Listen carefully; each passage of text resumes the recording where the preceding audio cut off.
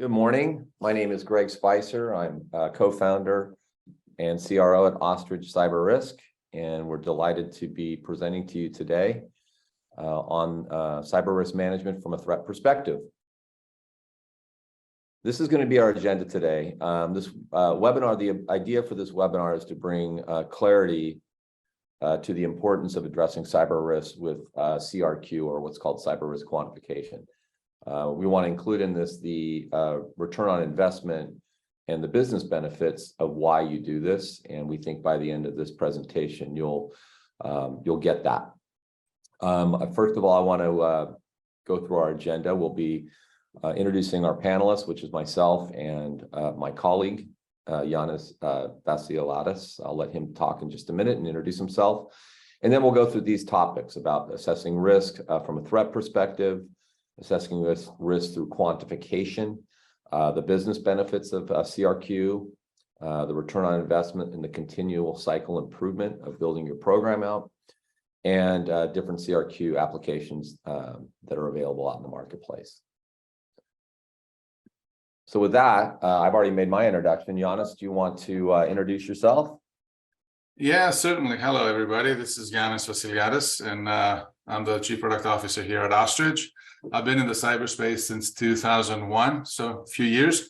And most recently came from Sophos, where I helped build their managed detection and response business. So the first thing let's talk about is the threat landscape and loss trends today.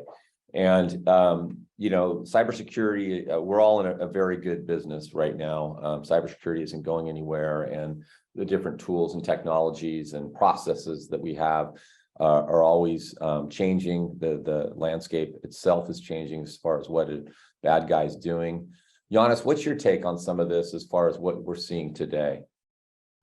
Well, it's amazing how, I mean, the stats kind of speak for themselves, but it's amazing how fast the threat landscape is evolving.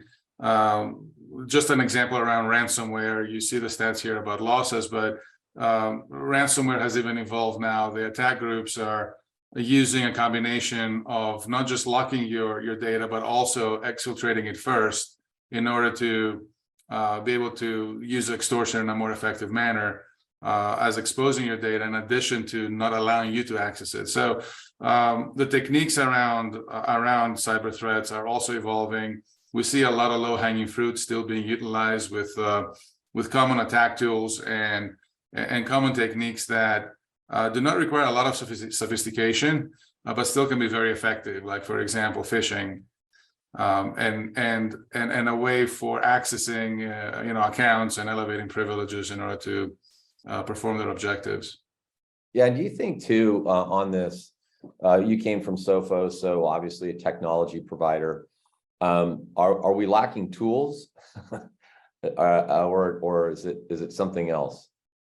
Yeah, that's a great question, I guess, and I wouldn't say we're lacking tools, but I would say that we're lacking how we're using tools and how we're probably prioritizing what customers need in order to have the most effective solutions implemented in order to protect themselves better. Now, certainly, as techniques evolve, security tools need to be able to answer that call and detect the new techniques that are being used to circumvent the tools. So it's this cat and mouse game that is going on, but I would say equally importantly to having the right tools implemented is also how you're using them for your organization specifically. Good point. Yeah.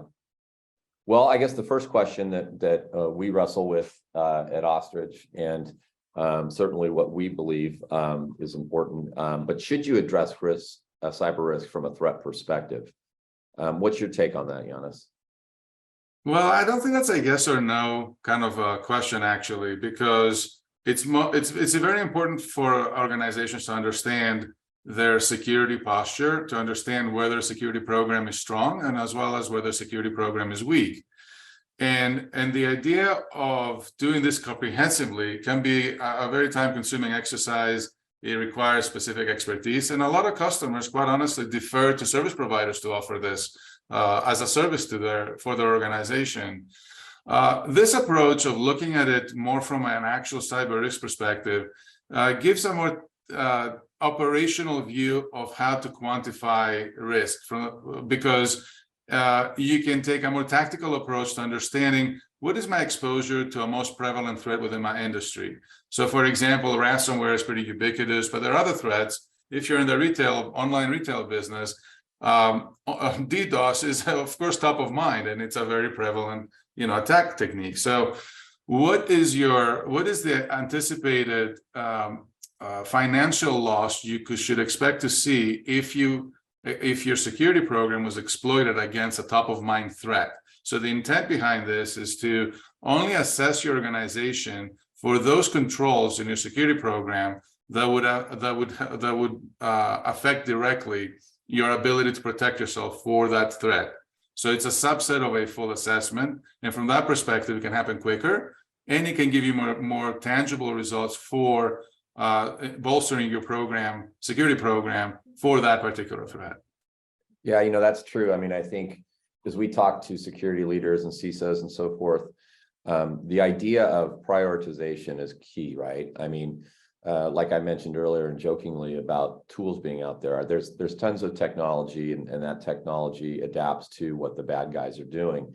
But it's where you should focus for the organization is what I'm hearing you say, which is true, because different organizations, whether you're a manufacturer or a technology company or a service provider, you have different assets that are more critical to the business, and not addressing that in a real way without doing any threat.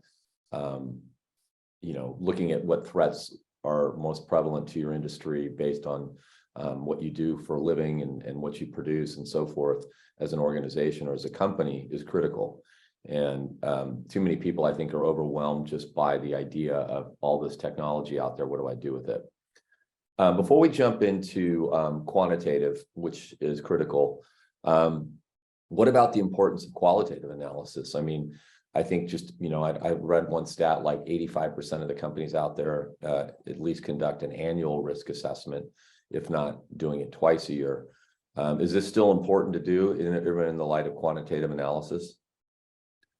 Yes, it absolutely is. Whether you do it for a particular cyber threat perspective, or you do it across the full organization, it is very important to understand and where your security program stands today. And again, this is not a static thing that you do once. That's why it has to happen on a periodic basis. But the intent behind this exercise is to give you a view that based on best standards, that you can use then to communicate where you believe your security program requires improvements, or whether you're actually well protected against the top threats in your industry.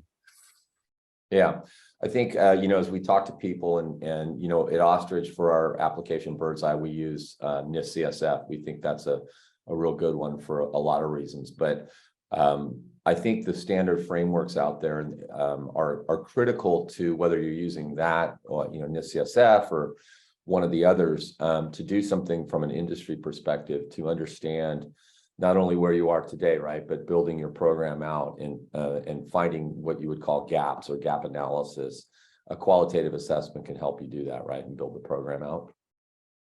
Yes, absolutely. Though you mentioned about where you want to go is also very important, because you can bring it in all within the concept of one assessment. So you don't only assess your current security posture, but you can also compare it with where you want to go. You can also compare it with your peers in your industry to give you kind of a benchmark of where you need to improve.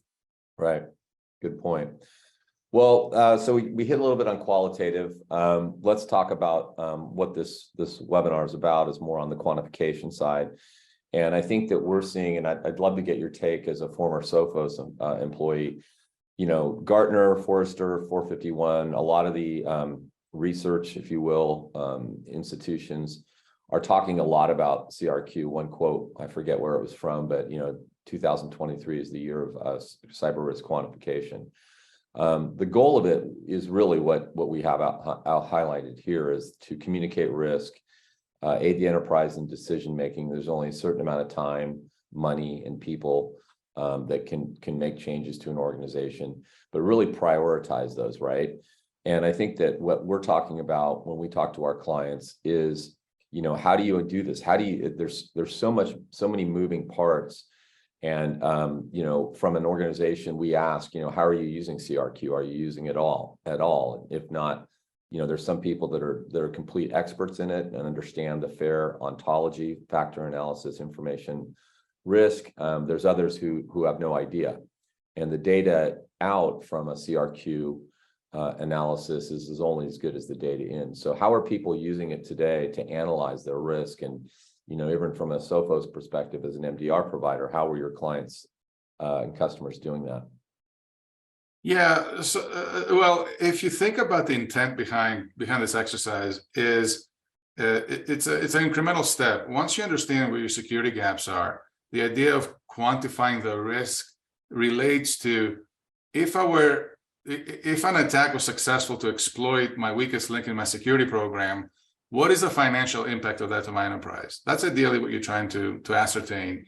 And this is not going to be an actual, dollars and cents amount, but it's going to give you an understanding of an estimated amount that you should be anticipating to lose if you were a victim of a breach in a particular area where your security program was not strong enough to protect you.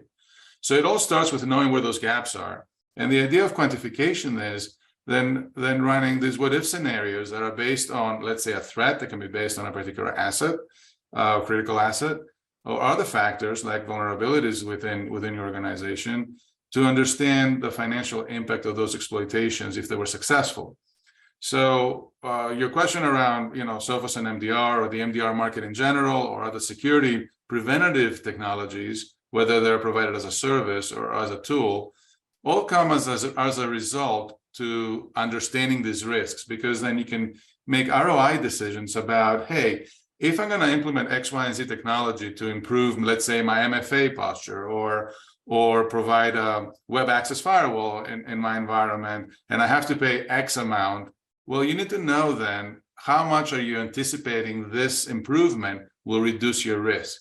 And then you can go look for providers that are going to offer you the best solution if it's a technology implementation that you need in order to get the best benefit out of the technology for your organization. So this is very specific to your organization and how you perceive your security program weaknesses and how then you want to run scenarios to understand what would happen if they were exploited.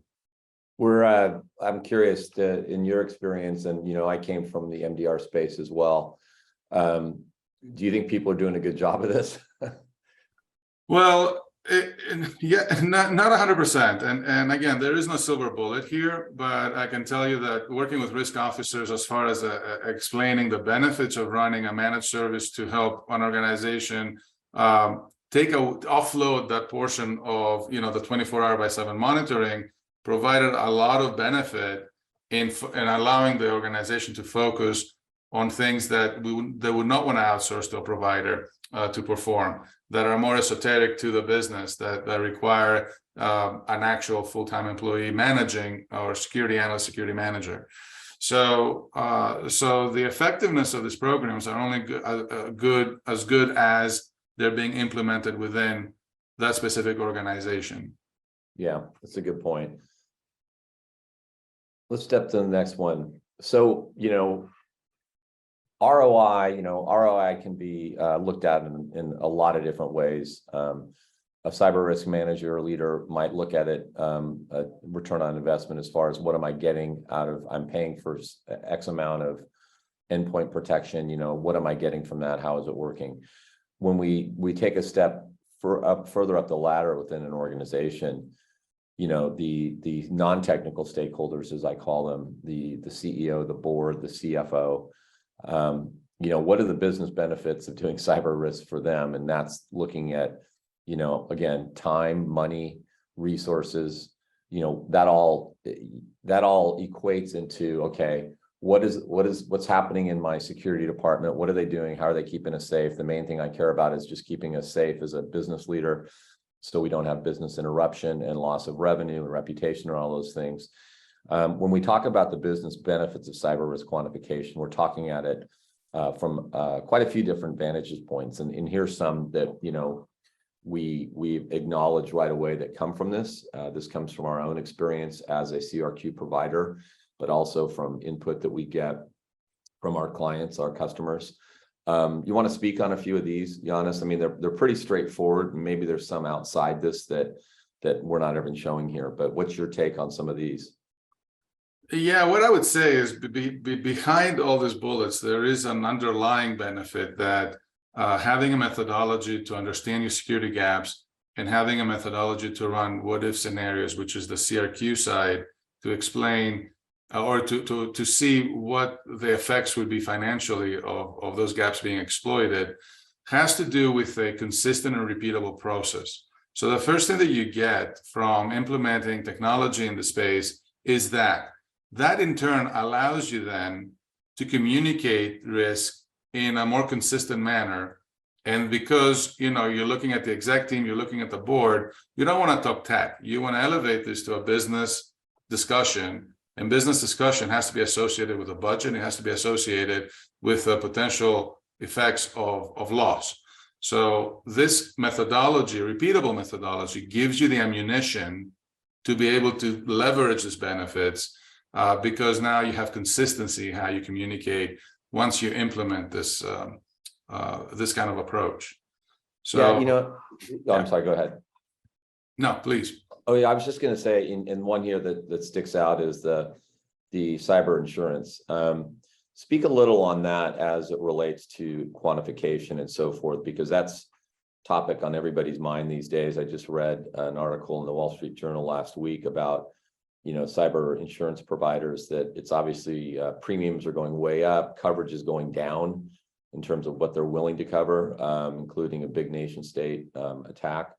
What's your take on that as it relates to cyber risk quantification?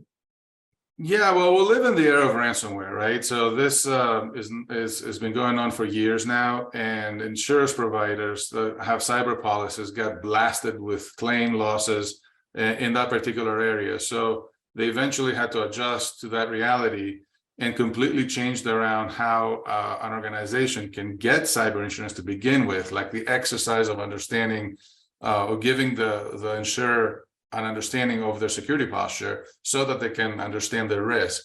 It's top of mind. So again, insurers have different ways they go about assessing the candidate's risk that is looking for insurance, but certainly this methodology can provide the company the right level of ammunition, first of all, to be able to check what the insurer's perspective is on this for their organization, or to also internally prepare them to understand where their ballpark is going to be for their cyber policy needs. Because if, for example, you've estimated based on this exercise of CRQ that your potential annual loss expectancy can be $1 million, why would you go and get a $5 million policy, for example?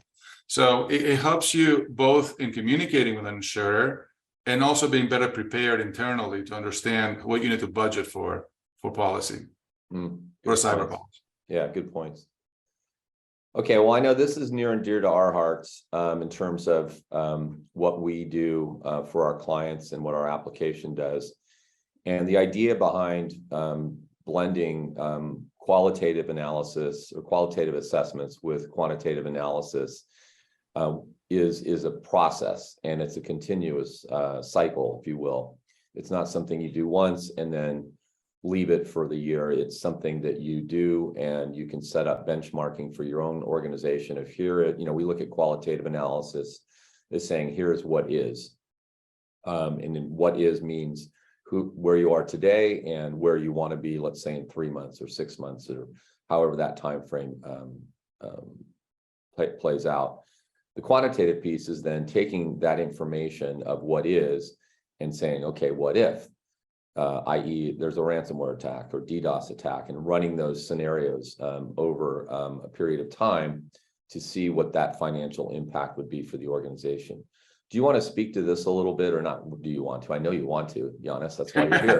Well, that's why we're here, right? So yeah. I mean, with Ostrich, we have a methodology that we're following. It follows very closely to the NIST CSF framework and NIST NIST best practices in general, and they have their own version of a similar process like this, which we're trying to simplify. So none of this stuff is easy, by the way, right? But at the same time, we want to be able to put a program in place to help organizations to put a program in place that leverages best standards for their benefit, as opposed to turning their program to manage best standards. So it's more of an operational approach to getting a view of what is happening within your organization. And we've broken up in this specific 5 points that we believe are critical in order to have a consistent methodology for understanding where your risks are today and how they're going to be exploited in financial terms, in order to help you then prioritize what people, process, technologies you need to implement to reduce those risks you identify. So in the assess process, it's all about understanding that, like what Greg said, what is today, and what are my targets for where I like to be during my next period of an assessment, whether that's in 3 months, 6 months, a year, whatever it is that your program, you want to establish your program metrics around. The simulate part is what if. So now that you know where your gaps are, your strengths are, where can those be exploited and what's the financial impact of that? Then this will help you again create a prioritized approach to justifying why you want to improve your security program in a particular area or not, and what the ROI around the available technologies are, or processes or people that you need to implement. The improved part is measuring then the outcome of that implementation. So once you implement a new technology, like we mentioned, MDR, there's been managed detection and response, has been a big service, managed service offering that a lot of organizations utilize, but it can be anything else for that matter. Improve, how is that really reducing your risk? And then communicating these appropriately and consistently across the organization, up to the board as needed. And then the improvement part of this is that you don't do this once. It's not a static thing. You do it on a continuous basis based upon the period of assessment that you've established for your organization.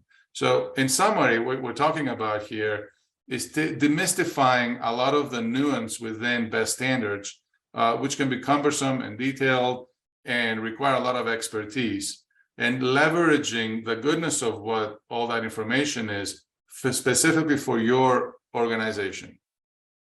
Yeah, and I think, one of the things that this has been a challenge on, that's why I think even that quote of the year 23 is the year of CRQ, is because this has been done more in a vacuum, and it's been done more in a static format, right? We get a third party, we do an assessment, we get a report, and then what? Our goal, I know, as an organization, is to provide the ability for companies to be able to do this in a real-time environment, accessible 24/7, with an application that makes it as easy as it possibly can be. And I think that the idea, what we hear a lot of really great things about what this process does, is it gives people the ability to not set it and forget it, but actually to interact with this, whether it's the application we're talking about here, but really interact with the program management entirely, right? And it's something that's continually evolving. It's not something that you just do once and, like I said, revisit it again in a year, but it's more interactive with both the security leads as well as the board members and across the organization. Would you agree with that? Yeah, absolutely. And going back to the quote that you're referring to, this did come from the investment community, where as we look at the macroeconomic conditions and the uncertainty that we had to face this calendar year, which is going to definitely spill into next calendar year, it's not that organizations are not going to spend money on security. The scrutiny around how the money is being spent is definitely happening, where new projects that were in place get on hold until they're better justified, or spend is suspended, or budget is suspended in order to, again, justify better the priorities. And this process then becomes a good approach for organizations to undertake so that they can have that prioritization justification. Yeah. Let me ask you one last question on that. So we all know that 23, and like you said, probably 24 too, there is a lot of uncertainty in budgets. And that still, even though cybersecurity, I'm sure, will be one of the last budget items to really be, well, be scrutinized, but maybe tailored or taken down. Why is this a good investment for an organization as a CISO is going to get their budget approved or approval for an application like Birdseye or others that are out there in this space? Why is it a good investment for them? Well, hopefully, a lot of the points we made now kind of pointed to that or proved that. But in essence, investing in this area and building a program around how you're going to assess yourself and how you're going to use that information then in a consistent manner to understand where you need to improve, it's critical, because this becomes the underlying methodology through which an organization then can make decisions and remove as much of the subjectivity around the decision-making process through a framework that's based on best standards to give them a repeatable, again, and consistent way to go about this stuff. So you don't use it once, you base your other decisions and how you build your other investments on this approach. Yeah, good stuff. Well, we wanted to be respectful of time, especially in a recorded session. So we are at that point where we have come to the end of our presentation, our discussion. We would love to have a longer discussion on this if anyone's interested. So please reach out to myself. I'll give you my information here in a minute.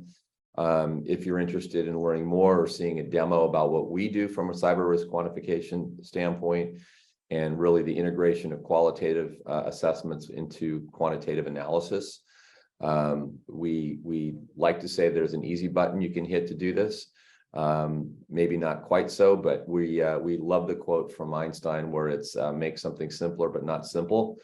Cyber risk quantification is a new field that a lot of people are looking into for the various reasons that Giannis and I spoke about today.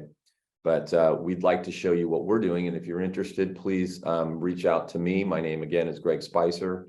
I've got contact information here. We're happy also to send you this recording if you so desire. So please reach out to again, myself, and then of course you can go to our website as well. So we thank you very much for listening today. Hopefully it was insightful, and Giannis, thank you for your time as well. Yeah, thanks, Greg. Take care, everybody.